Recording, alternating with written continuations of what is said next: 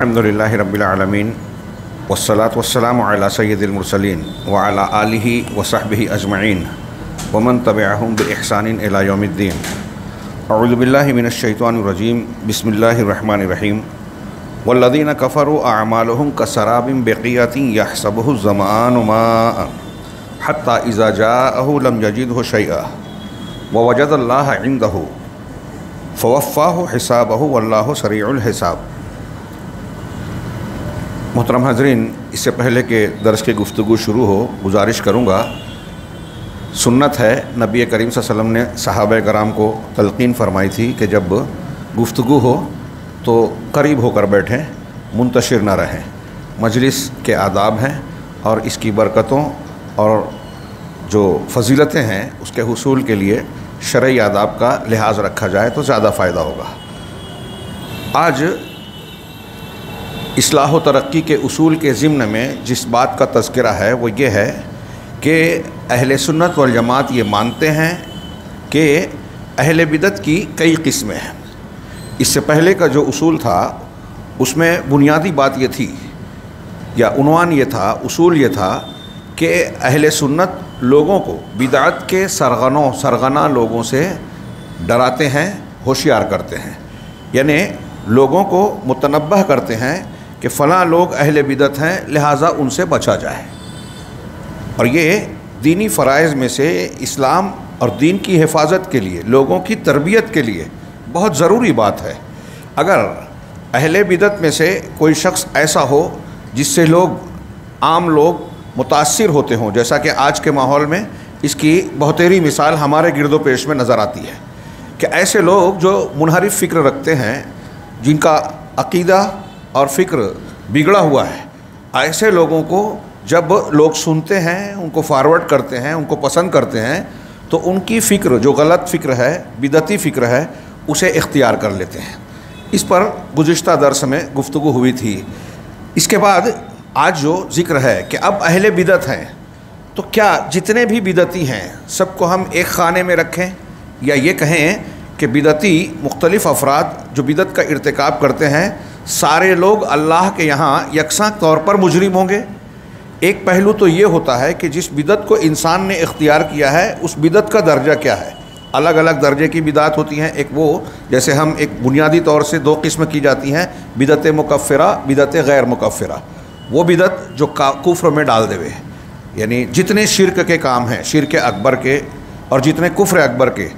اگر دین کے نام پہ کیے جائیں تو وہ ایسی بدعت ہے جو انسان کو مشرک کافر بنا دیتی ہیں اور اسلام سے خارج کر دیتی ہیں، وہ مکفرہ بدعت ہے۔ اور کچھ بدعتیں ایسی ہیں جو اختیار کی جائیں تو انسان کو کافر مشرک نہیں بناتی، اگرچہ سنت کا مخالف بناتی ہیں، لیکن وہ گنہگار ہوتے ہیں، اس کی بنیاد پر اسلام سے خارج ہونے کا معاملہ نہیں ہوتا۔ ایک تو یہ ہے۔ دوسرا یہ کہ جو لوگ بدعت کرتے ہیں، بدعت کی یہ دو قسم میں نے بنیادی طور سے بتائی، اور پھر الگ الگ انداز میں اس کی اور بھی تقسیم کی گئی ہے۔ ایک بنیادی طور سے یہ بحث ہے کہ جو لوگ بدعت کا ارتکاب کرتے ہیں کیا وہ سب ایک ہی کیٹیگری کے ہیں؟ مثال کے طور پہ ایک عالم آدمی ہے، ایک ایسا آدمی ہے جو کچھ شعور رکھتا ہے، سمجھ رکھتا ہے دین کی، وہ اس بات کی قدرت رکھتا ہے کہ سنت اور بدعت کو جانے۔ کچھ ایسے لوگ ہوتے ہیں جو بظاہر اس سلسلے میں معذور سے نظر آتے ہیں، تو ظاہر سی بات ہے کہ سب کا ایک درجہ نہیں ہوگا۔ اسی بات کو یہاں بیان کر رہے ہیں کہ ہم جب یہ تعامل کر رہے ہیں، یہ بات کہہ رہے ہیں کہ اہل بدعت ہیں، تو یہ ملحوظ رکھنا چاہیے کہ ان کے الگ الگ درجات ہیں۔ اس سلسلے میں پہلی قسم، بدعتیوں کی پہلی قسم کیا ہے؟ جاہل مقلد، یعنی وہ لوگ جو بالکل علم سے دور ہیں اور دین کے معاملے میں دوسروں پر تکیہ کرتے ہیں، علماء، مشائخ، ارد گرد کا ماحول، انہیں جو دین کی شکل میں نظر آتا ہے وہ لے لیتے ہیں۔ اس بات کی نہ ان کو جانکاری ہوتی ہے، نہ وہ تحقیق کر پاتے ہیں کہ صحیح علم اور سنت کیا ہے۔ تو اس سلسلے میں علامہ ابن قیم رحمہ اللہ کہتے ہیں جس کے پاس کوئی بصیرت نہیں ہوتی ہے تو ایسے شخص کی، یعنی ایسا آدمی جس کے پاس کوئی بصیرت ہے ہی نہیں، سوجھ بوجھ ہے ہی نہیں، دین کی فہم نہیں ہے، تو ایسے شخص کی نہ تو تکفیر کی جائے گی اور نہ ہی تفسیق۔ تکفیر کافر قرار دینا، تفسیق فاسق و فاجر قرار دینا۔ تو ایسے شخص کو نہ کی تفسیق کی جائے گی، نہ تکفیر، اور نہ ہی اس کی گواہی رد کی جائے گی کہ بھائی چونکہ یہ بدعتی ہے لہٰذا یہ مسلمانوں کی عدالت میں گواہی دینے کے لائق نہیں ہے، اس کی گواہی قبول نہیں ہوگی، ایسا بھی نہیں کہا جائے گا، بشرطے کہ یہ جو جاہل جس کو معذور سمجھا جا رہا ہے، جس کے ساتھ رعایت برتی جا رہی ہے، یہ شرط ہے بشرطے کہ یہ شخص ہدایت اور علم سیکھنے پر قادر نہ ہو، یعنی اس کے اندر یہ صلاحیت ہی نہیں ہے کہ وہ ہدایت اور علم کی بات سیکھ سکے۔ یہ جو بات ہم کہہ رہے ہیں یہ ان بدعات کی بات ہے جو کفر اور شرک کے سے کم درجے کی ہے۔ جب شرک اکبر اور کفر اکبر کی بات ہوگی تو وہاں ایک دوسری بحث ہوگی۔ اگر ایک آدمی جاہل ہے وہاں ایک دوسرا مسئلہ ہے کہ عقیدے کی بنیادوں کو نہ جاننا، وہ چاہے جو آدمی ہو۔ قرآن و حدیث کے نصوص یہ بتاتے ہیں کہ اگر وہ کوئی شخص نہیں جانتا الا یہ کہ پاگل نہ ہو تو وہ اس بات کا مجرم ہے کہ وہ توحید کو نہیں سیکھ رہا ہے۔ اگر کوئی یہ کہتا ہے، جیسے ایک سوال اٹھتا ہے، بعض لوگ آتے ہیں سوال کرتے ہیں کہ ایک آدمی، بہت سے ایسے لوگ ہیں جن کے پاس ہم کو ایسا لگتا ہے دعوت نہیں پہنچی، توحید نہیں سمجھ میں آئی اور وہ شرک کر رہا ہے، ماحول ملا، جیسے ایک آدمی فرض کیجئے کسی غیر مسلم گھرانے میں جین مذہب، بدھ مذہب، ہندو مذہب، پیدا ہوا ان کے بیچ میں، عیسائیت اور یہودیت چھوڑ دیجئے وہ اہل کتاب ہے، تو اب اس مذہب میں وہاں پیدا ہوا ماں باپ کو جو دیکھ رہا ہے، اپنے ماحول میں جو سیکھ رہا ہے، سمجھ رہا ہے، اس کو توحید کسی نے سکھائی نہیں، ایسا لوگ کہتے ہیں، تو کیا وہ بھی اللہ کے ہاں مجرم ہوگا یا وہ معذور مانا جائے گا؟ تو اس سلسلے میں لوگ بڑی بحثیں کرتے ہیں، مگر ایک موٹی سی سوچنے والی بات اور سوال یہ ہے کہ اگر کسی نے ایک آدمی کو توحید نہیں سکھائی تو سوال یہ ہے کہ شرک کس نے سکھایا؟ میں اکثر کہا کرتا ہوں کلاسوں میں طلبہ سے بھی کہ توحید کی بے شمار دلیلیں، اور سب سے بڑی بات یہ ہے کہ اللہ تعالیٰ ہر انسان کو فطرت پر، توحید پر پیدا کرتا ہے، کل مولود یولد علی الفطرہ، آپ اس کی تفصیل میں جائیں، قرآنی آیات بھی اس پر دلیل، فطرت اللہ التی فطر الناس علیہا، یہ اللہ کی فطرت ہے جس پر اللہ نے لوگوں کو پیدا کیا۔ کون سی فطرت ہے؟ راجح قول یہ ہے کہ توحید کی فطرت ہے۔ ہر انسان کے دل میں توحید موجود ہے، وہ کہیں بھی پیدا ہو، ہندو گھرانے میں، عیسائی گھرانے میں یا یہودی نہ، توحید بیسک اس کے دل میں موجود ہے۔ فَأَبَوَاهُ يُهَوِّدَانِهِ أَوْ يُنَصِّرَانِهِ أَوْ يُمَجِّسَانِهِ، اس کے ماں باپ اسے یہودی، نصرانی، مجوسی بناتے ہیں، مسلمان نہیں بناتے اس لیے کہ مسلمان تو پیدا ہوا، تو یہ فطرت پر پیدا ہوا ہے، فطرت میں اس کے توحید ہے۔ اب جب فطرت میں ایک چیز موجود ہے اور اس کے خلاف کوئی بات ماں باپ پیش کرتے ہیں، ماحول پیش کرتا ہے، تو فطرت کی گواہی اس کے دل میں سوال پیدا کرتی ہے۔ دنیا کا کوئی بھی مشرک جب شرک کرتا ہے، بت پرستی کرتا ہے، تو نیچرل یقینی بات ہے کہ اس کے دل میں سوال اٹھے گا کہ میں یہ جو کر رہا ہوں دل اس پر مطمئن نہیں ہے، یہ کیوں کروں، صحیح ہے کہ نہیں ہے، یہ سمجھ میں نہیں آتا۔ آپ جب کسی بت پرست سے یا مشرک سے اس کے شرکی سے متعلق سوال کریں کہ آپ کیوں اس کی پوجا کرتے ہیں، تجربہ کیجئے گا اپنے تعلقات میں کہ کیوں اپنے بتوں کو پوجتے ہیں، کیا عقیدہ ہے، کیا دلیل ہے آپ کے پاس، تو اس کے جواب میں آپ کو کوئی مدلل بات نظر نہیں آئے گی۔ اور اللہ تعالیٰ نے شرک سے متعلق قرآن میں جگہ جگہ کہا ہے کہ ما انزل اللہ بہا من سلطان، کہ یہ ایسی چیز ہے جس پر اللہ نے کوئی سلطان، کوئی دلیل نہیں اتاری۔ تو میں اکثر نے جو کہا کہ طلبہ سے کہا کرتا ہوں اپنے شاگردوں سے توحید اور شرک کے بیان میں کہ شرک کے غلط ہونے کی ایک بہت بڑی دلیل یہ ہے کہ شرک کے صحیح ہونے کی کوئی دلیل نہیں ہے۔ یہ کوئی معمولی بات نہیں ہے، یہ جو قرآن نے کہا میں اسی کی ترجمانی کروں کہ اللہ نے کوئی دلیل اتاری ہی نہیں ہے، اور آپ دنیا کے کسی بھی مشرک سے اس کے شرک کی دلیل مانگے، وہ باپ دادا کا حوالہ دے گا، وہ عقیدت کی بات کرے گا، دلیل نہیں دے پائے گا۔ جو اسے لگتا ہے کہ وہ دلیل ہے، حقیقت میں وہ دلیل ہے ہی نہیں۔ تو ہم یہاں اس کی بات نہیں کر رہے ہیں جو مسلمان اپنے آپ کو کہتے ہیں اور مختلف قسم کی بدعات کا شکار ہو جاتے ہیں، اور بعض مرتبہ یہ بدعات شرک اصغر تک بھی پہنچ جاتی ہیں، شرک اکبر تک پہنچی تو پھر بحث دوسری ہوگی۔ تو کیا ہر بدعتی کو، ہم یہاں کہہ رہے ہیں کہ کیا ہر بدعتی کو ایک خانے میں رکھا جائے گا؟ پہلی قسم بتا رہے کہ نہیں۔ ایک وہ ہوتا ہے جو جاہل مقلد ہے، جس کے پاس کوئی بصیرت نہیں ہے اور وہ اس بات کی طاقت قدرت نہیں رکھتا کہ دین کو سمجھ سکے، دلائل کو جان سکے، بشرطے کہ یہ شخص ہدایت اور علم کے سیکھنے پر قادر نہ ہو۔ ان کا حکم ان نہایت کمزور مرد اور عورتوں اور بچوں جیسا ہے جو بڑے کمزور مرد ہیں دماغی طور پر، ہاں عورتیں ہیں، بچے ہیں، جو نہ کسی تدبیر کی طاقت رکھتے ہیں اور نہ کوئی راستہ پاتے ہیں، ایسے ماحول میں ہیں کہ ان کے پاس راستہ ہی نہیں ہے کہ وہ کچھ علم دین سیکھ سکیں۔ قریب ہے کہ اللہ ایسوں کو معاف کر دے، اور اللہ معاف کرنے والا اور بخشنے والا ہے۔ جو آدمی جاہل مقلد ہے، بصیرت نہیں رکھتا، سیکھنے کی طاقت نہیں رکھتا، اس کے پاس ایسے اسباب اور ماحول بھی نہیں ہے کہ وہ دین صحیح کو جان سکے، ایسا آدمی کچھ انحراف اور بدعت کے ارتکاب کرتا ہے تو وہ اگرچہ بدعتی ہے لیکن اس کی تکفیر تفسیق بھی نہیں کی جائے گی، اس کی گواہی بھی رد نہیں کی جائے گی، اسے ایک طریقے سے معذور سا مانا جائے گا، وہ ہلکے درجے میں ہے، اگرچہ وہ بدعتی ہے تو وہ اگرچہ گنہگار ہیں لیکن اللہ کے یہاں ہو سکتا ہے یہ معاف ہو جائے۔ دوسری قسم ایسا شخص جو سوال کرنے، حق کی معرفت اور ہدایت کے طلب کرنے پر قادر ہو، اس کے اندر صلاحیت ہے، اور آج کل ہم اکثریت کو دیکھتے ہیں بڑی قابلیت کا مظاہرہ کرتے ہیں، تو وہ دین سیکھ سکتے ہیں صحیح، ہاں، لیکن دنیا داری اور دیگر مشغولیات کی وجہ سے وہ ایسا کرنے سے باز رہے، ہے بڑا اپنے آپ کو ذہین بھی سمجھتے ہیں، چالاکی کا دنیا کے معاملات میں مظاہرہ کرتے ہیں، اور اسی چالاکی یا ذہانت کو اگر دین سیکھنے میں لگائیں، تھوڑا سا وقت دیں تو دین کے بنیادی اور ضروری معاملات احکامات سیکھ سکتا ہے، وہ ہاں جان سکتا ہے کہ یہ سنت ہے، یہ بدعت ہے، لیکن دنیا داری کے چکر میں اپنی دیگر دنیاوی مشغولیات میں لہو و لعب ہے، دوست و احباب ہے، کھانا پکانا ہے یا کمانا ہے، دھندا کاروبار دکان ہے، ان ساری چیزوں کے ایسی مشغولیت میں مبتلا ہے کہ دین سیکھنے کے لیے وقت ہی نہیں نکالتا، دلچسپی ہی نہیں لیتا۔ تو کہہ رہے ہیں ایسا شخص کوتاہ ہوگا، اس کے اندر کوتاہی ہے، گنہگار ہے وہ، اور وعید کا شکار ہوگا، یعنی اس کو قرآن و حدیث میں جو بدعت اور گناہ کے لیے دھمکیاں اللہ اور رسول کی جانب سے بیان کی گئی ہیں، یہ آدمی اس کا مستحق ہوگا، کیونکہ وہ سیکھ سکتا ہے، سیکھ نہیں رہا ہے اور بدعت کر رہا ہے، اور بدعت کر رہا ہے تو ایک آدمی، جیسے میں نے شرک کے بارے میں کہا کہ ایک مشرک شرک کر رہا ہے تو وہ یہ نہیں کہہ سکتا کہ مجھے معلوم نہیں تھا کہ یہ شرک ہے، اس کو سیکھنا پڑے گا۔ ایسے ہی اس بدعتی کے بارے میں بھی سوال ہوگا کہ تو بدعت کر رہا ہے، تو سوال یہ پیدا ہونا چاہیے تھا نا کہ میں یہ کر رہا ہوں تو یہ قرآن حدیث سے یا شریعت سے ثابت ہے یا نہیں ہے، اسے سیکھنا چاہیے، جاننا چاہیے کہ رسول اللہ صلی اللہ علیہ وسلم کے لائے ہوئے دین میں یہ بات ہے کہ نہیں۔ اس کا حکم وہی ہوگا جو بعض واجبات کے ترک کرنے والوں کا ہوتا ہے، یعنی جو فرض چیزوں کو ترک کرنے والا مسلمان ہے،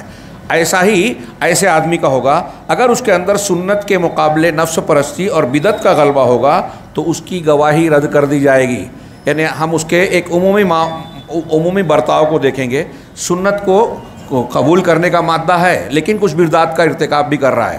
تو ایسی صورت میں اس کی گواہی لے لی جائے گی۔ لیکن اگر اس کے مزاج میں سنت کا غلبہ نہ ہو، بدعت کا غلبہ ہو، تو ایسی صورت میں اس کی گواہی نہیں لی جائے گی۔ یہ دوسری قسم بیان کی علامہ ابن قیم نے۔ تیسری قسم اہل بدعت کی، جو اللہ سے ہدایت طلب کرے، اللہ سے ہدایت کا طلبگار ہو، لیکن ہدایت اور حق واضح ہو جانے کے بعد وہ مانگ رہا ہے، بظاہر دین کی محنت کر رہا ہے۔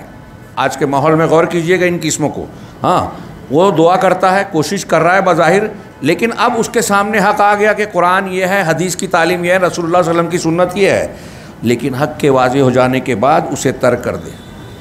نہیں مانے۔ کیوں؟ صرف تقلید، تعصب اور بغض و عداوت کی وجہ سے کہ میں تو فلاں امام کی مانتا ہوں، میں تو فلاں پیر صاحب کے سلسلے سے جڑا ہوا ہوں، اور میرے پیر صاحب نے مجھ کو عبادت کا طریقہ یہ بتایا ہے،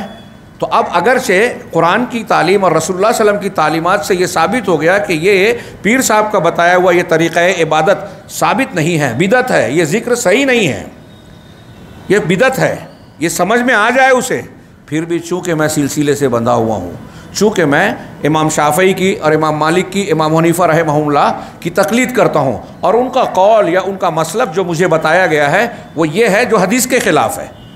تو حدیث معلوم ہو گئی، تحقیق کر رہا ہے، جانتا ہے، بظاہر نیک ہے، عبادت کرتا ہے، گرد میں کتنے لوگ ایسے نظر آتے ہیں جو بظاہر دیندار ہیں،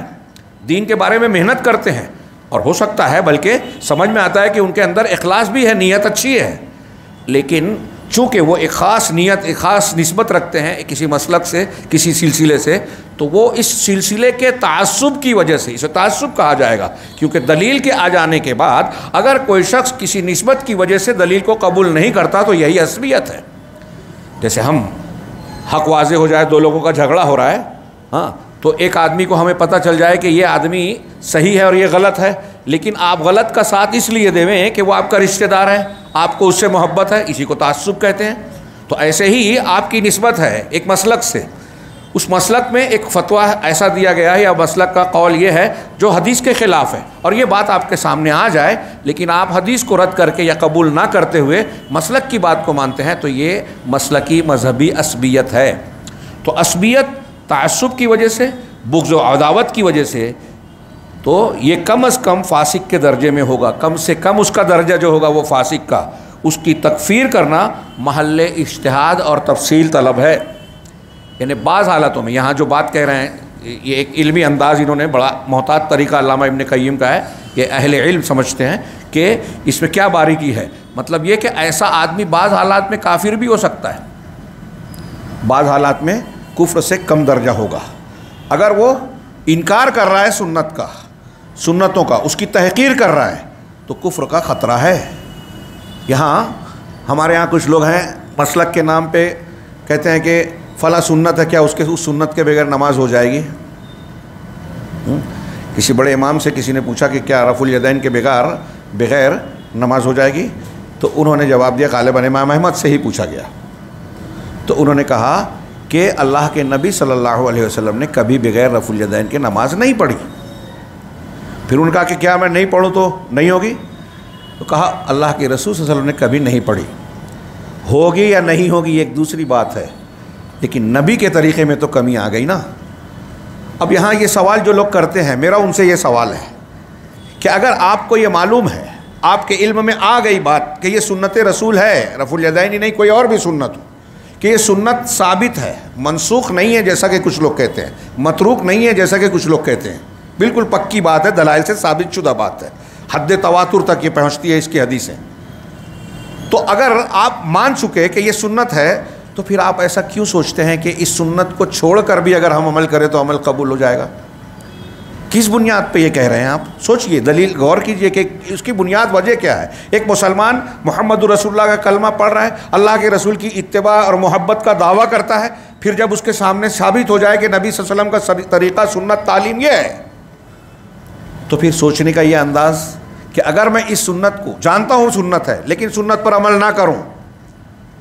صحابہ کرام کا مزاج یہ تھا کہ ایک چیز معلوم ہو جائے کہ یہ اللہ کے رسول صلی اللہ علیہ وسلم کی سنت ہے، پھر اس کے بارے میں اس طرح سوچے کہ چلو سنت تو ہے، مانتا ہوں، لیکن نہیں کروں گا تو چلے گا کہ نہیں چلے گا۔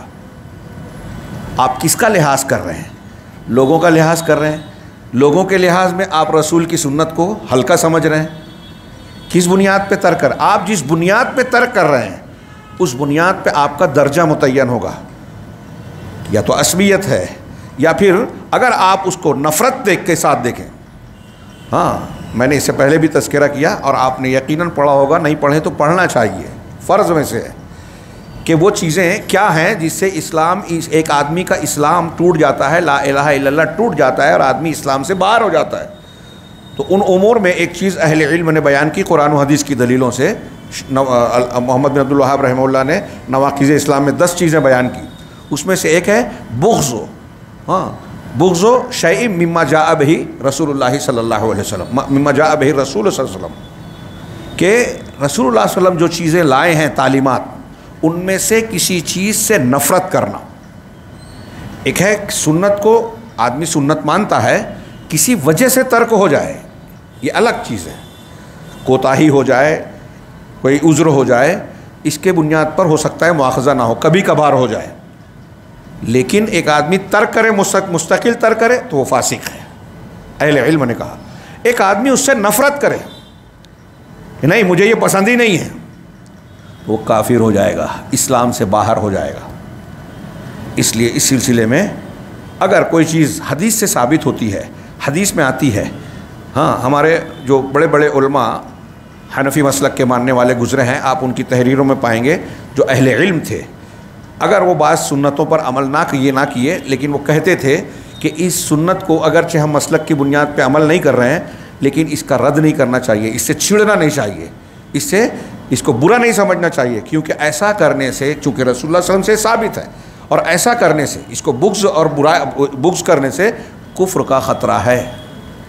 یہ جو میں اپنے الفاظ میں بول رہا ہوں بعض حنفی علماء کی تحریروں میں آپ کو ملے گا، اور وہ اہل علم تھے، جانتے تھے۔ تو میرا سوال یہی ہے کہ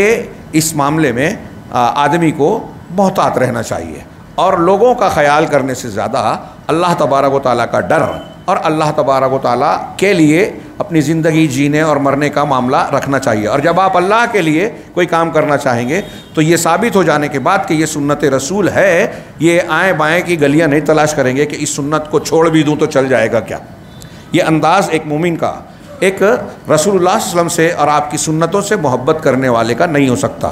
تو کہا ایسے شخص کی تکفیر کرنا یعنی وہ کافر ہو جائے گا، یہ محل اجتہاد اور محل تفصیل ہے، تفصیل طلب ہے۔ میں نے جیسا کہ تھوڑی سی وضاحت کی، اس میں اور بھی شکلوں کی گنجائش ہو سکتی ہے کہ ایک ایسا آدمی جو یہ کر رہا ہے، سنت کو جان کر بھی عمل نہیں کرتا، تو اس کو کیا کہا جائے گا۔ بعض حالات میں نے کہا کہ وہ کفر کا مرتکب بھی ہو سکتا ہے۔ اگر وہ علانیہ داعی ہے تو اس کی داعی ہے مطلب اس سنت کو چھوڑنے کی دعوت دے رہا ہے کہ نہیں کرنا چاہیے اس سنت کو۔ آج ہمارے یہاں لوگ بڑی ڈٹائی سے رد کرتے ہیں سنتوں کا۔ مجھے تو میں اپنی ذاتی بات کہوں ان پہ رحم بھی آتا ہے، اور دل چاہتا ہے کیسے سمجھایا جائے کہ اگر آپ نہیں کر رہے ہیں نہ کریں، آپ رد نہ کریں۔ ایک چیز اگر آپ کے علم میں ہے کہ یہ اللہ کے رسول صلی اللہ علیہ وسلم کی حدیث ہے، آپ کا عمل ہے، اب آپ اس میں وہ نکالتے کیا آپ آخری وقت تک کرتے تھے، کیا آپ نے ایسا کرنے کا آرڈر حکم دیا تھا، کیا کرتے تھے، ٹھیک ہے ہم مانتے ہیں، آرڈر دیا کیا؟ تو کیا آپ دین کی ساری باتوں کو اسی وقت مانتے ہیں جب آپ کو رسول اللہ صلی اللہ علیہ وسلم کا آرڈر ملے ہو؟ آرڈر یعنی امر، حکم ہو۔ اگر اللہ کے نبی صلی اللہ علیہ وسلم نے ایسا کیا، یہ آپ کو لیے ثابت ہو جائے، تو کیا سنت ثابت ہونے کے لیے کافی نہیں ہے؟ جب حکم ہوگا تب آپ مانیں گے۔ یہ آپ آرڈر اور یہ بقیہ اس لیے نکالتے ہیں کہ آپ کے خیال میں آپ کے مسلک کے خلاف یہ بات ہے، یہ مسلک کے خلاف ہے۔ آپ یہ اگر کوئی آدمی ایسا ہے کہ ٹھیک ہے یہ میرے مسلک کے خلاف ہے، میں سنت مانتے ہوئے عمل نہیں کر رہا ہوں، میرے نزدیک وہ چھوٹا مجرم ہے، چھوٹی غلطی کر رہا ہے، غلطی وہ بھی کر رہا ہے۔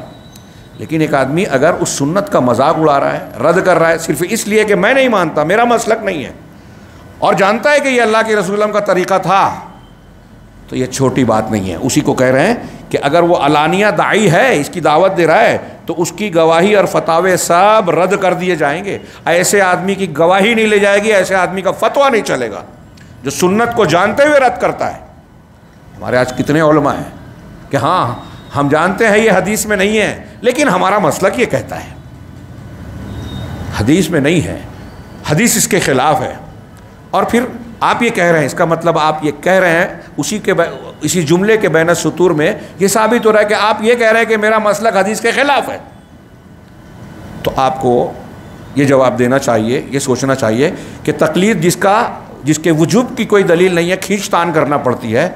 لیکن اس کے مقابلے میں رسول کی اتباع کی تو سینکڑوں دلیلیں ہیں کہ یہ فرض ہے رسول اللہ صلی اللہ علیہ وسلم کی اطاعت کرنا، اتباع کرنا۔ تو ان ساری دلیلوں کو آپ رد کرتے ہیں اس وقت جب یہ کہتے ہیں کہ رسول کی سنت کو نہ مان کے یہ مانوں گا یا میرا مسلک اس کے خلاف ہے۔ تو ایسے شخص کی گواہی بھی قبول نہیں ہوگی اور فتاوے بھی رد کر دیے جائیں گے، الا یہ کہ فتوے نہیں مانے جائیں گے اس کے، مگر یہ کہ وہ قابض ہو، یعنی وہ کسی سلطنت پر یا اس کے پاس کوئی اختیار اور اقتدار ہو، اور اس کے فتاووں اور فتووں کے رد کرنے کی صورت میں فساد لازم ہے۔ یعنی کوئی ایسا شخص ہے کہ اگر اس کا فتویٰ نہ مانا جائے، اس کی بات کو دعوے کو تسلیم نہ کیا جائے، فیصلوں کو نہ مانا جائے، تو اس سے فتنہ لازم آئے گا، آپ بڑی مصیبت میں پڑ جائیں گے۔ تو ایسی صورت میں اضطراری طور پر اسے قبول کیا جائے گا، یعنی یہ ایک مجبوری مانی جائے گی۔ آج ہم جس حکومت میں رہتے ہیں، ہم کئی سی چیزوں پر خاموش رہنا پڑتا ہے، گورنمنٹ کے جو قاعدے قانون یا وہ ہیں جو ہمارے دین کے خلاف ہیں، لیکن ہماری طاقت قدرت نہیں ہے۔ تو ایسے ہی ایسے آدمی کا بھی معاملہ ہوگا۔ حتی امام مالک وغیرہ نے یہ صراحت کی ہے کہ قدریہ جیسے اہل بدعت کی گواہی قبول نہیں کی جائے گی۔ قدریہ جو تقدیر کا انکار کرتے ہیں، اب یہ تو انکار کفر ہی ہے، تو ان کی گواہی کھلے طور پر قبول نہیں ہوگی، وہ چاہے وہ ہماری طرح نماز پڑھیں اور ہمارے قبلے کا استقبال کریں۔ ہمارے ہاں کچھ لوگ جب مسلمانوں کی یا کلمہ گو لوگوں کی سب کی بھائی چارے اور اتحاد کی بات کرتے ہیں، تو ان سب قاعدوں کو کنارے خانے میں رکھ دیتے ہیں، جہالت کی بات کرتے ہیں، اور وہ کہتے ہیں کہ کوئی بھی کلمہ پڑھ رہا ہے، اب اللہ کے رسول صلی اللہ علیہ وسلم کی حدیث ہے کہ جو شخص ہمارے من صلی صلاتنا واستقبل قبلتنا و کیا ہے من صلی صلاتنا واکل ذبیحتنا واستقبل قبلتنا واکل ذبیحتنا ہاں فهو المسلم، اور اس طرح کے اور بھی الفاظ ہیں کہ جو ہماری طرح نماز پڑھے، ہمارے ذبیحے کو کھائے اور ہمارے قبلے کی طرف رخ کرے تو وہ مسلم ہے۔ یہ ایک علامت بتائی گئی ہے کہ ظاہری طور پہ آپ کس کو مسلمان سمجھیں گے۔ اب اس میں بھی دقیق کچھ بحث ہو سکتی ہے، لیکن اگر ایک آدمی ظاہری طور پر ان چیزوں کو کہہ رہا ہے، اب انہی سے سوال کیا جائے کہ ایک آدمی نماز پڑھ رہا ہے، استقبال قبلہ کر رہا ہے، مسلمانوں کا ذبیحہ کھا رہا ہے، لیکن اگر وہ بولے کہ میں آخرت پر ایمان نہیں رکھتا، ایک آدمی زندہ رہ کے دوبارہ زندہ مرنے کے بعد دوبارہ زندہ نہیں کیا جا سکتا، کیا جائے گا، اگر یہ مانے تو پوچھئے ان سے فتویٰ۔ نماز پڑھ رہا ہے، ذبیحہ کھا رہا ہے، استقبال قبلہ کر رہا ہے، کیا وہ یہ کہے کہ میں فلاں نبی کو نہیں مانتا، حضرت نوح علیہ السلام پر ایمان میں نہیں رکھتا، ان کو نبی نہیں مانتا مثال کے طور پہ، تو کافر ہوگا کہ نہیں ہوگا؟ کسی ایک عالم کا بھی، کیونکہ وہ ایک نوح علیہ السلام کا انکار کرے تو ایک نبی کا، سب نبیوں کا اور بہت قرآن کی ان سب آیتوں کا انکار جس میں حضرت نوح علیہ السلام کو رسول کہا گیا انکار ہو جائے، لازم آئے گا؟ یا یوں کہیے چلیے نبی کا نہیں، قرآن کا انکار کر دے وے، کسی سورہ کو نہ مانے، میں قرآن کی اس بات کو نہیں مانتا اگر کوئی کہے، تو اب وہ نماز پڑھ رہا ہے، قبلہ رخ ہو رہا ہے، ذبیحہ کھا رہا ہے مسلمانوں کا، کیا وہ مسلمان ہوگا؟ اگر تو اس کی بنیاد پر کچھ لوگ یہ کہتے ہیں ارے اب کوئی کچھ بھی کرتا ہے ایسا ظاہر میں ہے تو اب وہ مسلمان ہے۔ یہ ہمارے اسلاف بڑی گہری نگاہ رکھتے تھے۔ قدریہ کے بارے میں کہا امام مالک نے، اس زمانے میں یہ آج کے دور میں جتنے بدعتی گروہ ہیں اس زمانے میں یہ سب نہیں تھے، امام مالک وغیرہ کے زمانے، لیکن یہ قدریہ پیدا ہو گئے تھے صحابہ کرام کے آخر کے دور میں ہی، روافظ، خوارج، قدریہ، پھر ان کے مقابلے میں جبریہ۔ تو یہ قدریہ وہ تھے جو تقدیر کا انکار کرتے تھے۔ ہاں، حضرت ابن عمر، صحیح مسلم کی روایت میں کہ بصرہ سے آنے والے حجاج نے حضرت ابن عمر سے کہا کہ ہمارے ادھر ایک شخص پیدا ہوا معبد جوہنی، وہ کہتا ہے کہ معاملہ نئے سرے سے عنف شروع ہوتا ہے، یعنی جو واقعات دنیا میں ہو رہے ہیں اثر نو ہیں، یہ پہلے سے اللہ کے علم میں نہیں ہے، تقدیر کوئی چیز نہیں ہے۔ تو حضرت ابن عمر نے یہ سننے کے بعد کہا کہ تم اس سے جا کے کہہ دینا کہ میں اور میں ایسے لوگوں سے بری ہوں، مطلب اس کے دین کو نہیں مانتا، ہاں، اور یہ بول دینا کہ اگر وہ اسی عقیدے پہ رہا تو احد پہاڑ کے برابر سونا بھی اگر اللہ کے راستے میں خرچ کرے تو قبول نہیں ہوگا۔ پھر حضرت ابن عمر نے حدیث سنائی کہ میں نے اللہ کے رسول صلی اللہ علیہ وسلم کو کہتے ہوئے سنا، یا حدیث جبرائیل بیان کی جس میں یہ کہا گیا کہ تقدیر کے بھرے پر بھلے برے پر ایمان لانا بھی ایمان کی بنیادوں میں شامل ہے۔ تو بات کہی، فتویٰ دیا، حکم لگایا اور دلیل دی، ہم جو بات مانیں دلیل سے مانیں، یہی اہل الحدیث کا طریقہ ہے، اہل السنہ کا طریقہ ہے۔ تو امام مالک کہہ رہے ہیں کہ قدریہ چاہے ہماری طرح نماز پڑھیں، ہمارے قبلے کو رخ کریں، ان کی گواہی نہیں لی جائے گی۔ شیخ الاسلام علامہ ابن تیمیہ رحمہ اللہ نے کہا کہ وہ اہل بدعت جو کتاب و سنت کی مخالفت کرتے ہیں، قرآن حدیث کے خلاف عمل کرتے ہیں، عقیدہ اختیار کرتے ہیں، یا تو غور سے سنیے گا، یا تو جہل بسیط کا شکار ہوتے ہیں یا جہل مرکب کا، جیسے کہ کفار۔ جہل بسیط اور جہل مرکب، جہل بسیط کہتے ہیں اس جاہل کو، اس جہالت کو کہ آدمی نرا جاہل ہو، یعنی معین چیز کا ادراک نہ رکھتا ہو اور جہالت کے ساتھ اس کو ادراک ہو کہ میں اس چیز کو نہیں جانتا، یعنی اس کو یقین ہے کہ میں جاہل ہوں، قرآن حدیث کی کچھ باتوں کو نہیں جانتا۔ جیسے آپ اور ہم، فرض کیجئے یہ موبائل ہے، اس کو ہم استعمال کر رہے ہیں، لیکن ان کی کئی چیزوں کو، یا جانے دیجئے کئی چیزوں کئی اس کے طریقے کو، اس کے موبائل کے پارٹس میں کوئی خرابی آ جائے تو ہم اس کو بنانے کی طاقت صلاحیت نہیں رکھتے، تو ہم یہ جانتے ہیں کہ اس کے بنانے کا علم ہمیں نہیں ہے۔ تو ایسے دین کے بارے میں ایک آدمی جہالت جاہل ہے اور وہ جانتا ہے، سمجھتا ہے کہ میں جاہل ہوں، تو اس کو جہل بسیط کہتے ہیں، جاہل بسیط کہتے ہیں۔ اور جہل مرکب یعنی اس کی جہالت میں ترکیب ہے، ایک کے ساتھ دوسری بھی ہے۔ ایک تو یہ کہ وہ جاہل ہے، دین کو جانتا نہیں، صحیح بات کو کہ سنت ہے یا بدعت ہے جانتا نہیں ہے۔ دوسرا یہ کہ وہ یہ نہیں جانتا کہ وہ نہیں جانتا، وہ یہ نہیں جانتا کہ وہ جاہل ہے، یعنی جاہل ہونے کے ساتھ اپنے آپ کو عالم سمجھتا ہے۔ جہل بسیط والا جاہل ہے تو اپنے آپ کو کہتا ہے کہ میں عالم نہیں ہوں، میں جاہل ہوں. اور جہل مرکب کا مطلب یہ ہے کہ ایک آدمی جاہل تو ہے لیکن اسے وہ اپنے آپ وہ یہ سمجھتا ہے کہ میں عالم ہوں.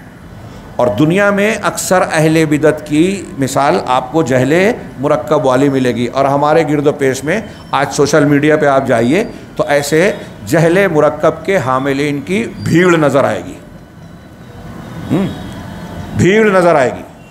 جو بڑے دانشور بنتے ہیں، اپنے آپ کو عالم بتاتے اور ظاہر کرتے ہیں لیکن جاہل ہیں. دیکھیے سارے تحریکیوں کو فتوے دیتے ہیں، اہل علم کو، اہل حق کے خلاف باتیں کرتے ہیں اور سمجھتے ہیں کہ ہم عالم ہیں. ابھی میں نے کچھ سنا کہ وہ وہی ایک صاحب کہہ رہے تھے، پتہ نہیں کس مسلک کے تھے، کہ ایک مسلمان کے بازو میں دوسرے مسلک کا آ جاتا ہے تو برا محسوس کرتا ہے اور کافر آ جاتا ہے تو برا نہیں محسوس کرتا، سب مسلمان ایک ہو جائے. اور پھر ایسی باتیں کی جو سرسری سی کرتے ہیں. ان کے یہاں بدعت، شرک، کفر، ان کی کوئی بات ہی نہیں ہے اور کرتے بھی نہیں ہیں. اور اس کے کرنے والے کو کہتے ہیں کہ ارے یہ مسلمانوں میں انتشار پھیلا رہے ہیں. یہ جہل مرکب نہیں تو اور کیا ہے. جتنے لوگ بدعت کرتے ہیں ہمارے یہاں، جس بدعت کا وہ ارتکاب کرتے ہیں اس میں سے اکثر لوگوں کو آپ پوچھیں گے تو وہ الٹی سیدھی دلیلیں دیں گے کہ یہ ایسا اس لیے کرنا ہے، ویسا اس لیے کرنا ہے. تعزیہ بنا رہے ہیں تو حضرت حسین رضی اللہ تعالیٰ عنہ کی جو ہے محبت کا اور کس کا حوالہ دیں گے. تو وہ جو کہہ رہے ہیں وسیلہ لگا رہے ہیں تو الٹی سیدھی دلیلیں، قرآن و حدیث کا غلط معنی بیان کریں گے یا جھوٹی اور موضوع یا ضعیف حدیثیں پیش کریں گے. تو وہ غلط کام کر رہے ہیں اور غلط کام کرنے کی غلط دلیل دے رہے ہیں اور سمجھ رہے ہیں کہ ہم علم رکھتے ہیں، علم والے ہیں. تو ایسے لوگ قابل یہ بڑے مجرم ہیں. ایک جہل بسیط والا ہے کہ سرے سے جاہل اور مانتا ہے کہ میں جاہل ہوں، اور ایک آدمی جہل مرکب کا مرتکب ہے. گنہگار دونوں ہو سکتے ہیں لیکن جہل مرکب والا زیادہ بڑا مجرم ہے. اور میں کاش دل چاہتا ہے لیکن کسی اور موقع سے وقت زیادہ ہو جائے گا کہ جہل مرکب کے ماننے والوں میں ہم جو بدعتی ہیں ان کے ساتھ ان کو وہ پاتے ہی ہیں. آج ہمارے یہاں میں ایسا مانتا ہوں اور دلیلوں کی بنیاد پہ کہ بہت سارے وہ لوگ جو اہل حق ہیں، اہل الحدیث اپنے آپ کو سمجھتے ہیں، ہے نہیں.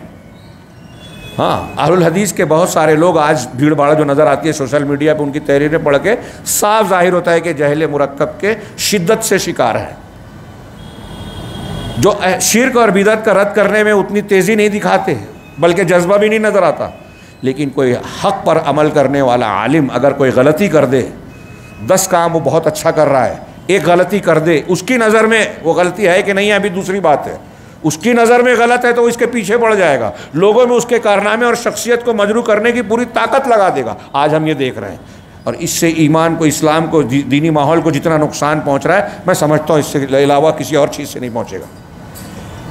کہ ایک عالم دین جو حقیقی محنت کر رہا ہے آپ اسی کو غلط ثابت کریں لوگوں میں، تو آپ اس کی شخصیت کی ایک غلطی کی بنیاد پہ جب اس کو غلط بتاتے ہیں تو اس کی جو دعوت حق ہے، محنت ہے، آپ اس کو بھی مجروح کر رہے ہیں. اور یہ آج ہم بہت دیکھ رہے ہیں کہ کچھ لوگ علماء کئی مسئلے میں خاموش ہوتے ہیں. ایک دوسرے کی تنقید کرنا، منہج کے حوالے سے یا کسی اور حوالے سے کوئی خطا ہو گئی تو ایک دوسرے کی تنقید کرنے میں علماء خاموش نظر آئیں گے یا کم بولیں گے. یہ علماء کا کام ہے، لیکن علماء کے پیچھے چلنے والے کچھ جاہل یا کسی سے بغض رکھنے والے ایسی چیزوں کو بہانہ بنا کر مختلف شخصیات کو نشانہ بناتے ہیں، اداروں کو نشانہ بناتے ہیں، ایسی معتبر شخصیات کو نشانہ بناتے ہیں جو اہل حق علماء کرام کے نزدیک قابل اعتماد ہے. یہ جاہل اس کی تنقید کرتا ہے. میں ایسے لوگوں کو بھی جہل مرکب کا مرتکب مانتا ہوں، لیکن ہماری بحث اہل بدعت سے ہے. وہ بھی ایک قسم کی خارجیت کی بدعت میں مبتلا ہے. خارجیت جس طریقے سے ہتھیار سے ہوتی ہے ایسے زبان سے بھی ہوتی ہے. علماء حکام کے خلاف زبان کو بے لگام کر دینا یہ کوئی چھوٹا موٹا جرم نہیں ہے جو آج ارتکاب ہو رہا ہے، اس کو سمجھنا چاہیے. میں ایسے لوگوں سے گزارش کروں گا کہ آپ اپنے آپ پر بھی رحم کیجیے اور امت پر بھی. ایسا کر کے آپ کوئی تیر نہیں مارتے، کارنامے انجام نہیں دیتے، بلکہ ایسا کر کے آپ اپنا بھی نقصان کرتے ہیں، جماعت کو بھی نقصان پہنچاتے ہیں اور امت کا بھی نقصان پہنچاتے ہیں، دعوت حق میں رکاوٹ بنتے ہیں. وہ علماء جو اہل بدعت کو بدعت کے راستے سے نکالنے کے لیے محنت کرتے ہیں، آپ ان علماء ہی کو مجروح کر کے ان کے کام سے ان کو روکتے ہیں اور لوگوں کو ان سے بدگمان بناتے ہیں. یہ آج بہت ہو رہا ہے. اس سے اسے روکنے کی شدت سے ضرورت ہے۔ ہماری جماعت اور جمعیت کے جو ذمہ داران ہیں ان کو بھی اس پر توجہ دینے کی ضرورت ہے، ایسے نوجوانوں پر لگام لگانے کی ضرورت ہے کہ یہ آپ کا موضوع نہیں ہے، آپ خاموش رہیے، آپ کا جو دائرہ ہے اس میں آپ کام کیجئے۔ کچھ چیزیں علماء اور اہل علم و فضل کی ہے، آپ کو لگتا ہے اگر کوئی چیز ہے تو آپ کسی عالم سے رجوع کر کے کہیے کہ اس معاملے میں آپ کیا کرنا چاہیے، آپ کیجئے۔ عوام کا جو دائرہ نہیں ہے اس میں نہیں پڑھا۔ بہرحال تو علامہ ابن تیمیہ یہ اہل بدعت کے ضمن میں کہہ رہے ہیں کہ جو لوگ کتاب و سنت کی مخالفت کرتے ہیں یا تو جہل بسیط کا شکار ہوتے ہیں یا جہل مرکب جیسے کہ کفار۔ مثال کے طور میں پہلے کی مثال اللہ کا یہ قول ہے، یعنی جو جہل بسیط کی بنیاد پر قرآن و حدیث کی مخالفت کر رہا ہے، بدعت کر رہا ہے، اور یہ بھی مخالفین میں ہے، تو ان کے اعمال کے تعلق سے اللہ کا کیا کہنا ہے؟ اس کے لیے اللہ نے فرمایا سورہ نور کی آیت او کظلمات فی بحر لجی یغشاہ موج من فوقہ موج من فوقہ سحاب ظلمات بعضها فوق بعض اذا اخرج یدہ لم یکد یراها ومن لم یجعل اللہ لہ نورا فما لہ من نور۔ بڑی زبردست آیت، اس میں اللہ نے جو تشبیہ دی ہے، ایک جرمنی کے کیپٹن، جہاز کے کپتان کا ذکر ہے کہ اس آیت کو پڑھ کر اس نے غور کیا، ایسی زبردست مثال، اس پر وہ اسلام لے آیا بعد میں۔ حیرت زدہ رہ گیا کہ محمد صلی اللہ علیہ وسلم نے ایسی مثال کیسے دی، ان کی زندگی کھپی ہوگی سمندر کے سفر میں، یہ اللہ کا کلام ہے۔ تو مثال دی، ایک آدمی بدعت کر رہا ہے، قرآن و حدیث کی مخالفت کر رہا ہے، محنت کر رہا ہے، تو کہا اللہ نے کہ یا ان اندھیروں کی طرح کظلمات، ان اندھیروں کی طرح جو نہایت گہرے سمندر میں ہو۔ اب ایک تصور کیجئے، کبھی آپ نے سمندر دیکھا ہو اور کشتی کا سفر کر کے ایسے مقام پر پہنچے ہوں کہ دور دور تک صرف پانی نظر آ رہا ہے۔ اب جہاں پانی ہی پانی دور دور تک ہے، حد نگاہ تلک، تو سمندر میں ایسے ایک تو خود دور دراز میں اگر کوئی ڈوب رہا ہے تو سادے طور پہ انسان کو نظر نہیں آتا، تو پہلے سمندر کی اتھاہ گہرائی یا وسعت جسے یغشاہ موجن، اب یہ تو سمندر کی دوری ہے، کشادگی ہے، اسے ایک موج گھیر رہی ہے، ڈھانپ رہی ہے، سمندر ہے اور اس میں موج آ کے موج چڑھ رہی ہے، من فوق ہی موج، اس موج کے اوپر ایک موج آ رہی ہے۔ سمندر میں ایک آدمی ڈوب رہا ہے، ڈوبتے ہوئے اپنا ہاتھ بتا رہا ہے، آپ بہت دور کہیں کشتی میں ہیں، کنارے پہ ہیں، تو اس ڈوبنے والے کا ہاتھ دکھے گا کیا؟ اب صرف سمندر ہی نہیں ہے بلکہ اس کے اوپر ایک موج آ رہی ہے، اس موج کے اوپر ایک موج آ رہی ہے۔ اللہ نے کہا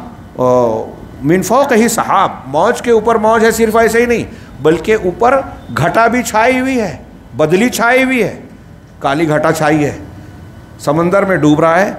موج آ رہی ہے، چڑھ رہی ہے، موج پہ موج آ رہی ہے، اس کے اوپر بادل چھایا ہوا ہے، کتنا اندھیرا ہو گیا۔ ایسے میں ایک ڈوبتا ہوا آدمی اپنا ہاتھ نکال رہا ہے، اذا اخرج یدہ لم یکد یراہا، جب وہ اپنا ہاتھ نکالے گا تو قریب نہیں ہے کہ کوئی اسے دیکھ سکے، یعنی زیادہ امکان یہ ہے کہ کوئی دور سے دیکھ ہی نہیں پائے گا کہ ایک آدمی وہاں ڈوب رہا ہے۔ ایسا ہی شخص ہے وہ جو جہل بسیط کے ساتھ قرآن و حدیث کی مخالفت کر رہا ہے، وہ گہرے سمندر میں ڈوب رہا ہے، ایک تاریکی دوسری تاریکی پر چھائی جا رہی ہے اور کوئی اسے بچا نہیں پائے گا۔ وَمَن لَّمْ يَجْعَلِ اللَّهُ لَهُ نُورًا، اور اللہ جس کے لیے کوئی روشنی اور نور مقرر نہ کرے، نہ بنائے، فما لہ من نور، تو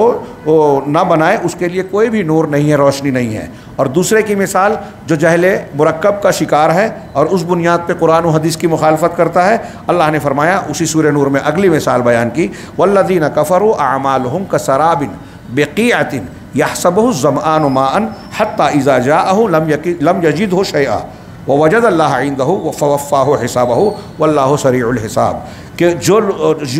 وہ لوگ جنہوں نے کفر کیا، والذین کفروا، کافر ہیں، اب کافر بھی جو ہیں کچھ اچھے اعمال بھی کرتے ہیں، نیکیاں کرتے ہیں، یا پھر ایک آدمی اپنے آپ کو دیندار سمجھے، وہ کسی دوسرے مذہب کا ہو یا مسلمان کہلانے والا ہو، مسلمان کہلا رہا ہے لیکن کفر اور شرک کر رہا ہے، تو اللہ نے ایسے سارے لوگوں کے لیے کہا جن لوگوں نے کفر کیا، تو اب ان کے جو اعمال ہیں نیک، اللہ کے راستے میں خرچ کیا، رکوع سجدہ کیا، تسبیحات و تذکیر اور ذکر و اذکار کیا، تو ان کے اعمال کا بدلہ کیسے ملے گا؟ وہ بڑی محنت کر رہا ہے اور محنت کر کے سمجھ رہا ہے کہ جب مجھے ضرورت ہوگی تو میری ضرورت پوری ہو جائے گی، یعنی میں پیاسا ہوں گا تو پانی پی لوں گا۔ اللہ نے مثال دی کسراب، ان کا یہ عمل، ان کے اعمال سراب کی طرح ہیں۔ سراب کسے کہتے ہیں؟ تیز دھوپ میں دور سے جو چمکتی ہوئی دھوپ پانی نظر آئے، تو ایسے سراب کی طرح ہے۔ بقیعۃ، چٹیل میدان میں، کسی چٹیل میدان میں، ریگستان میں چمکتی ریت یا دھوپ ہے، یعنی سراب ہے۔ یحسبہ الظمآن ماء، ایک آدمی کو شدت سے پیاس لگی ہوئی ہے تو وہ پیاسا آدمی اسے دور سے دیکھ کے پانی سمجھتا ہے۔ حتیٰ، یہ قرآن کا بیان ہے، حتیٰ اذا جاءہ، یہاں تک کہ جب وہ وہاں پہنچتا ہے، دور سے دیکھا کہ پانی ہے، اب وہاں پہنچا، لم یجدہ شیئا، تو اسے کچھ نہیں پایا، ووجد اللہ عندہ، اور وہاں اللہ کو پایا۔ ایسے ہی جو کفر اور شرک کے ساتھ نیکیاں کر رہے ہیں، جب قیامت میں اللہ کے پاس جائیں گے تو انہیں اللہ کے سوا کو کچھ اپنے اعمال کا کچھ فائدہ حاصل نہیں ہوگا۔ فوفاہ حسابہ، تو اللہ اس کے اعمال کا جو وہ کفر شرک کیا تھا اس کا حساب پورا کر دے گا، چکتا کر دے گا۔ واللہ سریع الحساب، اور اللہ تعالیٰ بہت جلد حساب کرنے والا ہے۔ چنانچہ وہ لوگ جو جہل بسیط اور کفر بسیط کا شکار ہوتے ہیں، انہیں حق کی معرفت نہیں ہے اور نہ ہی وہ حق کا ساتھ دیتے ہیں۔ حق کی معرفت بھی نہیں ہے، حق کا ساتھ نہیں دیتے، باطل کا ساتھ دیتے۔ آج دیکھیے مسلمانوں میں کتنے ہیں جو پروپیگنڈے، جہالت، نادانی کی بنیاد پر، یا تو علم نہیں ہے یا غلط علم ہے، اس کی بنیاد پہ باطل کا، بدعت کا ساتھ دیتے ہیں۔ ہمارے ہاں کچھ لوگ ہیں جو صحابہ کرام کو برا بھلا کہہ رہے ہیں، ہمارے ہاں کچھ لوگ ہیں جو یہود و نصارہ کی زبان بول رہے ہیں، ہمارے یہاں کچھ لوگ ہیں جو ان پر تنقید کرتے ہیں جو قرآن و حدیث کی صحیح تعلیمات اور منہج کے حاملین ہیں، اور ان کی تائید کرتے ہیں، جو کھلے طور سے قبر پرستی کرتے ہیں، جن کے یہاں وحدت الوجود کا عقیدہ ہے، جن کے یہاں کھلے طور سے ہمارے قرآن، حدیث، صحابہ اور سلف کے متفقہ عقائد کی خلاف ورزی پائی جاتی ہے، ان کی تائید کرتے ہیں، اور جو اہل حق ہیں ان کی مخالفت کرتے ہیں۔ تو کہا وہ لوگ ساتھ دیتے، حق کا ساتھ نہ ہی وہ حق کا ساتھ دیتے ہیں، جبکہ وہ لوگ جو جہل مرکب اور کفر مرکب کا شکار ہوتے ہیں، ان کا اعتقاد ہوتا ہے کہ وہ حق کو جانتے ہیں، جبکہ جو کچھ بھی ان کے پاس ہوتا ہے وہ کوئی علم نہیں، محض جہالت ہوتی ہے۔ یہ درء تعارض العقل والنقل سے نقل شدہ عبارت ہے۔ ایسے جہل مرکب کے حاملین آج بہت بڑی تعداد میں، اور ان کے لیے یہ جو ہم پڑھ رہے ہیں، اصلاح و ترقی کے سلفی اصول، یہ قرآن و حدیث کے ان اصولوں کا سیکھنا بہت ضروری ہے، تربیت کرنا بہت ضروری ہے، ورنہ آج ایک آدمی حضرت امیر معاویہ رضی اللہ تعالیٰ عنہ کو برا بھلا کہتا ہے اور سمجھتا ہے کہ میں مسلمان ہوں، اسلام کے صحیح طریقے پہ ہوں۔ ایک آدمی ثابت شدہ صحیح حدیثوں کا انکار کر رہا ہے، مذاق اڑا رہا ہے اور سمجھتا ہے کہ میں حق پہ ہوں، اور اہل حق سے وہ حجت و کٹ حجتی اور جو ہے بحث و تکرار کرتا ہے، انہیں جاہل سمجھتا ہے، اہل علم کو جاہل سمجھتا ہے اور اپنے آپ کو جاہل عالم سمجھتا ہے، اور یہ ایسے لوگوں کی میں آج کہہ رہا ہوں بھرمار ہے، بہت بڑی تعداد ہے۔ ایک عمدہ فائدہ آخر میں اس بحث کے ضمن میں شیخ نے ایک بات کہی کہ بہت سارے لوگ جو حدیث افتراق کو ضعیف قرار کہتے ہیں، میری امت 73 فرقوں میں بٹے گی، 72 جہنم میں جائیں گے سوائے ایک کے، تو اس حدیث سے بظاہر کیا نکلتا ہے کہ زیادہ لوگ امت محمدیہ کے جہنم میں جائیں گے اور کم لوگ، یعنی ایک ہی فرقہ جو ہے وہ ایک ہی طبقہ جو ہے جنت میں جائے گا۔ تو کچھ لوگ اسے ضعیف کہتے ہیں جبکہ ضعیف نہیں ہے۔ تو جو ضعیف کہتے ہیں وہ ایک اس کا پہلو یہ نکالتے ہیں، وہ یہ بات دہراتے ہیں کہ اس سے یہ لازم آتا ہے کہ اگر اس حدیث کو صحیح مانیں تو امت کے بہت سارے لوگ جہنم کی وعید کا شکار ہو جائیں گے، اور یہ چیز اس کے بالکل خلاف ہے ان حدیثوں کے جو حدیث سے ثابت ہے،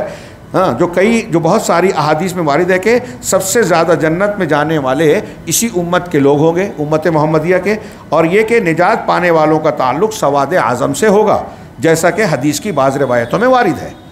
تو وہ بھی صحیح حدیثیں ہیں کہ اس امت کے جہنم میں جانے والی جو طبقات ہوں گے، زیادہ تر دیگر امتوں کے لوگ ہوں گے، امت محمدیہ کے لوگ کم ہوں گے، 100 میں سے 99 دوسرے ہوں گے جہنم میں جانے والے۔ تو کہتے ہیں کہ اگر وہ حدیثیں مانے ہیں اور پھر اس کے سامنے یہ حدیث رکھیں کہ 73 میں سے 72 جہنم میں جائیں گے، تو ان دونوں میں ٹکرا ہوا تو وہ حدیث غلط ہو جائے گی۔ تو یہ گویا تضاد سمجھ رہے ہیں، تعارض سمجھ رہے ہیں۔ تو اس کا جواب دے رہے ہیں، اس کا جواب یہ ہے کہ محققین علماء سنت میں سے کسی نے یہ نہیں کہا ہے کہ اس حدیث کا تعلق عام امت سے ہے۔ بہت اہم، جو ابھی بدعت، اہل بدعت کی ہم نے قسمیں پڑھی، اس میں پہلی قسم پڑھی تھی کہ کچھ لوگ ایسے ہیں جو معذور ہیں، ایک تعداد ایسی ہے مسلمانوں کی جو علم نہیں رکھتی، بصیرت نہیں رکھتی، سوجھ بوجھ نہیں رکھتی، اور ان کے پاس طاقت قدرت بھی نہیں ہے، اس بنیاد پہ کچھ بدعات کا ارتکاب کرتے ہیں. تو ان کے لیے ہم یہ نہیں کہتے، اور علماء یہ نہیں کہتے کہ وہ سب کے سب جہنم میں جائیں گے، بلکہ ہر کسی نے یہی کہا ہے کہ اس کا تعلق ان لوگوں سے ہے جو علم والے ہیں، جو اہل علم سے منحرف ہو چکے، جانتے ہیں لیکن منحرف ہیں، نہیں مانتے.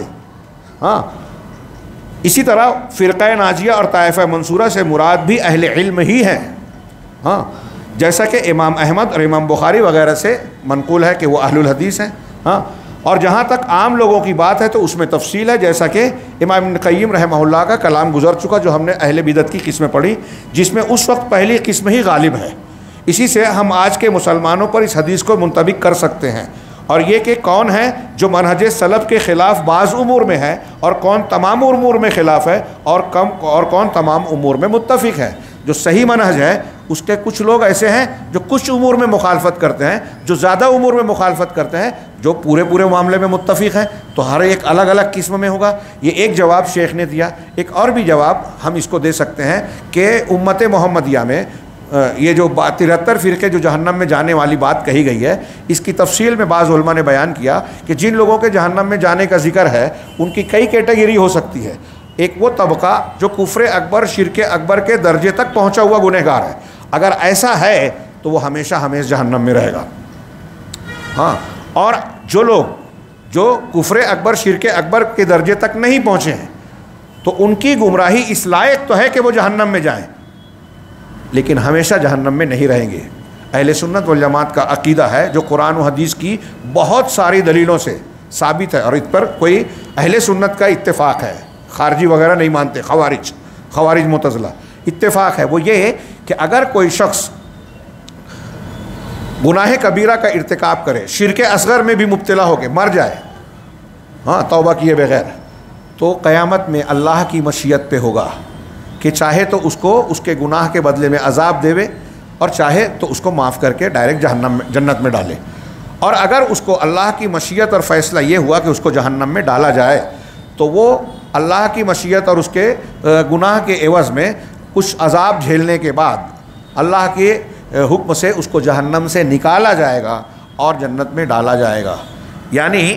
یہ ایسے گنہگار جو کبیرہ گناہوں کے مستحق ہیں. تو اس میں 73 فرقوں میں بھی کچھ لوگ ایسے ہوں گے جن کا حکم 73 گناہ کبیرہ کے مرتکبین کے جیسا ہوگا. تو ان کے بارے میں یہ کہیں گے کہ بالآخر وہ جنت میں جائیں گے، جیسے کہ ان حدیثوں میں کہا گیا کہ جو لا الہ الا اللہ پر مرا وہ جنت میں جائے گا، ضرور جائے گا. تو ضرور جائے گا. اب کوئی کہے کہ میں کچھ بھی گناہ کر لوں جاؤں گا، ایسا نہیں ہے. وہ جو گناہ، جس کے گناہ کا پلڑا بھاری ہوگا اور اللہ کی مشیت ہوگی، تو وہ اہل توحید میں سے بھی کچھ لوگ جہنم میں جائیں گے. اس حدیث سے بھی اس پر دلیل دی جا سکتی ہے جس میں رسول اللہ صلی اللہ علیہ وسلم نے شفاعت کا ذکر کیا ہے کہ جب آپ قیامت کے دن کہیں گے امتی امتی امتی، اے اللہ میری امت میری امت میری امت، تو اللہ کی طرف سے کہا جائے گا کہ ٹھیک ہے، آپ جہنم کے اندر جو آپ کی امت کے ایسے لوگ ہیں جن کے دل میں رائی کے دانے کے برابر بھی ایمان ہے، یعنی توحید ہوگی، ایمان ہے، ان کو نکال لیجئے. ان کو نکالا جائے گا. پھر اللہ کے نبی صلی اللہ علیہ وسلم پھر کہیں گے امتی امتی امتی، تو کہا رائی کے دانے سے کم درجے کا ایمان جن کے اندر ہے ان کو نکال لیا جائے. پھر ان سے کم، پھر 4 مرتبہ یہ کہا جائے گا. اس کا مطلب ایمان والے جن کے اندر رائی کے دانے کے برابر ایمان بھی کم زیادہ ہوتا ہے، اس سے یہ بھی ثابت ہوا. تو رائی کے دانے کے برابر اس سے کم اس سے کم اس سے کم جن کے اندر ایمان ہے وہ بھی جہنم سے نکالے جائیں گے. اس سے یہ بھی پتہ چلا کہ امت محمدیہ کے کچھ لوگ جہنم میں جائیں گے ضرور، مگر بعد میں جنت کے اندر ڈالے جائیں گے. تو یہ جواب اس میں اس تفصیل سے بھی یہ دونوں حدیثوں کی تطبیق ہو سکتی ہے. اس بنیاد پر ہم یہ کہہ سکتے ہیں کہ اس وقت جتنی بھی دعوتی جماعتیں ہیں، یہ ساری تفصیل ہم نے پڑھی، تو اس بنیاد پر ہم کہہ سکتے کہ آج دنیا میں جتنی اسلامی دعوتیں پائی جاتی ہیں اور عقیدہ و منہج میں سلف صالح کی طرف اپنی نسبت نہیں کرتی، یعنی سلف کے طریقے کی طرف نسبت نہیں کرتی، یعنی صحابہ اور تابعین کے طریقے پہ نہیں ہیں. دعوت اسلام کی دے رہی ہیں، بظاہر اسلام کا نعرہ لگاتی ہیں، ہاں، اسلام پسندی کا مظاہرہ کرتی ہیں، لیکن سلف کے طریقے اور منہج پر اگر نہیں ہیں وہ ہلاک ہونے والے فرقوں میں شامل ہوں گی، یعنی 73 میں سے ان 72 میں جو جہنم کی طرف جا رہے ہیں. اللہ تعالی ہمیں اس راستے سے بچائے اور اہل حق کے راستے پر چلائے. واللہ اعلم. السلام علیکم ورحمۃ اللہ وبرکاتہ، وآخر دعوانا الحمدللہ رب العالمین، صلی اللہ علیہ نبینا محمد۔